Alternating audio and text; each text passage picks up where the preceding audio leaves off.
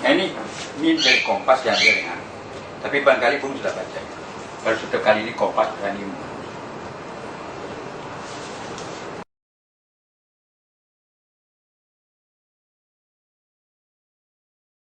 Kenapa gerakan mahasiswa?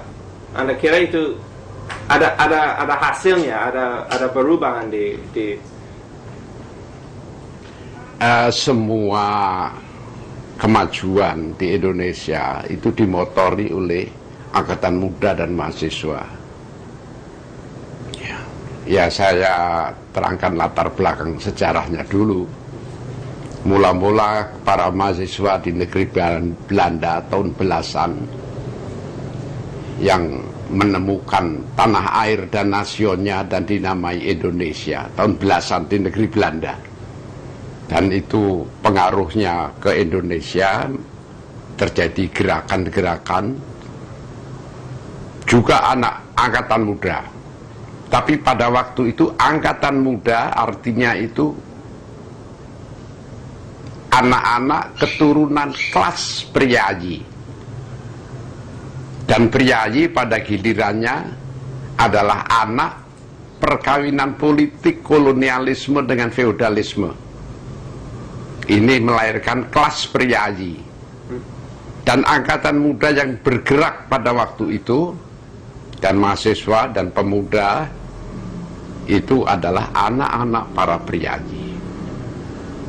Itu sebabnya pengaruhnya pada generasi tua sampai sekarang ini mencari menjadi panutan supaya dianut orang lain nggak usah berpikir, manut saja. Itu budaya panutan, ini produk priayi. Karena itu demokrasi tidak pernah ada. Kalau ada rame-rame menyokong ini, menolak ini, itu panutan tuh, budaya panutan. Belum demokrasi sebagaimana kita pahami.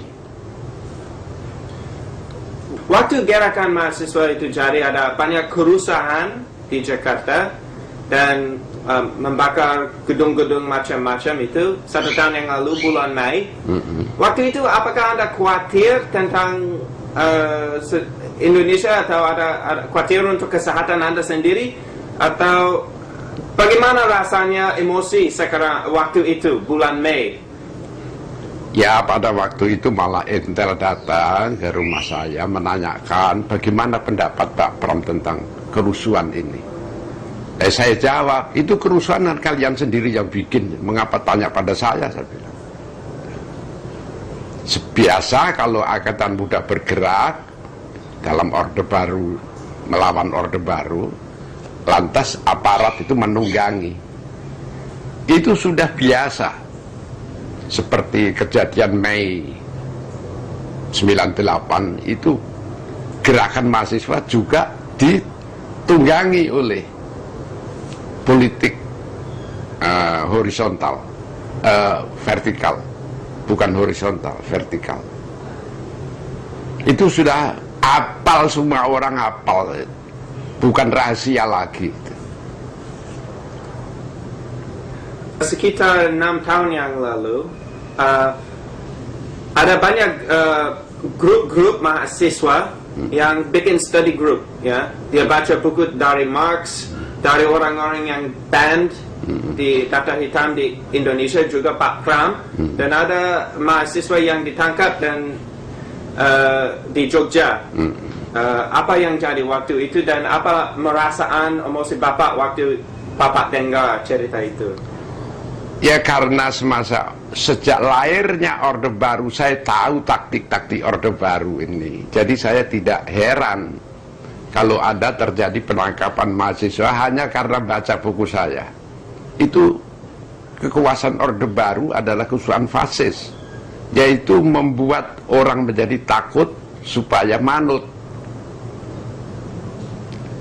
Itu biasa, kekuasaan fasis di mana-mana, teror membuat ketakutan orang supaya orang hilang daya tahannya dan ikut saja apa maunya. Itu sudah seluruh dunia begitu, fasisme. Bapak baru tulis untuk Time Magazine tentang Pak Soekarno. Baru tulis untuk majalah Time di Amerika Serikat. Belum baca, belum lihat saya. Belum lihat? Belum lihat Oh, saya. saya sudah melihat. Maaf, saya tidak lama ke sini. Tapi saya ingin tahu kenapa Bapak support Pak Bung Karno. Itu memang Pak Pram ditangkap juga dari Bung Karno atau administrasi? Bukan, saya semasa Soekarno saya pernah diculik dan dimasukkan tahanan. Itu Angkatan Darat yang melakukan, bukan Soekarno. Karena sejak revolusi Angkatan Darat itu mencoba menjadi negara dalam negara. Jadi waktu Soekarno memerintah itu ada negara lain, yaitu Angkatan Darat. Itu politik militer yang dibangun oleh Nasution. Cuma yang memanfaatkan Harto hasilnya. Sebetulnya yang membuat Nasution sejak revolusi.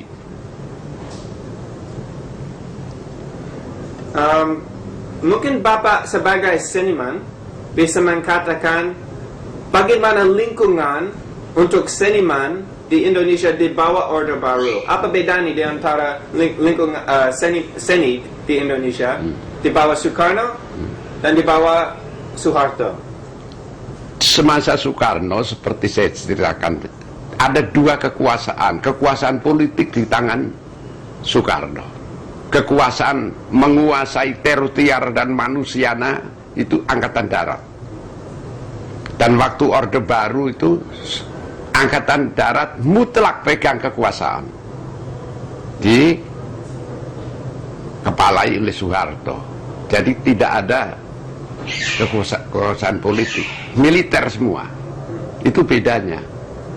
Jadi kalau keadaan pengarang waktu itu, kalau tidak takut ada Orde Baru, ya masuk penjara atau dibunuh.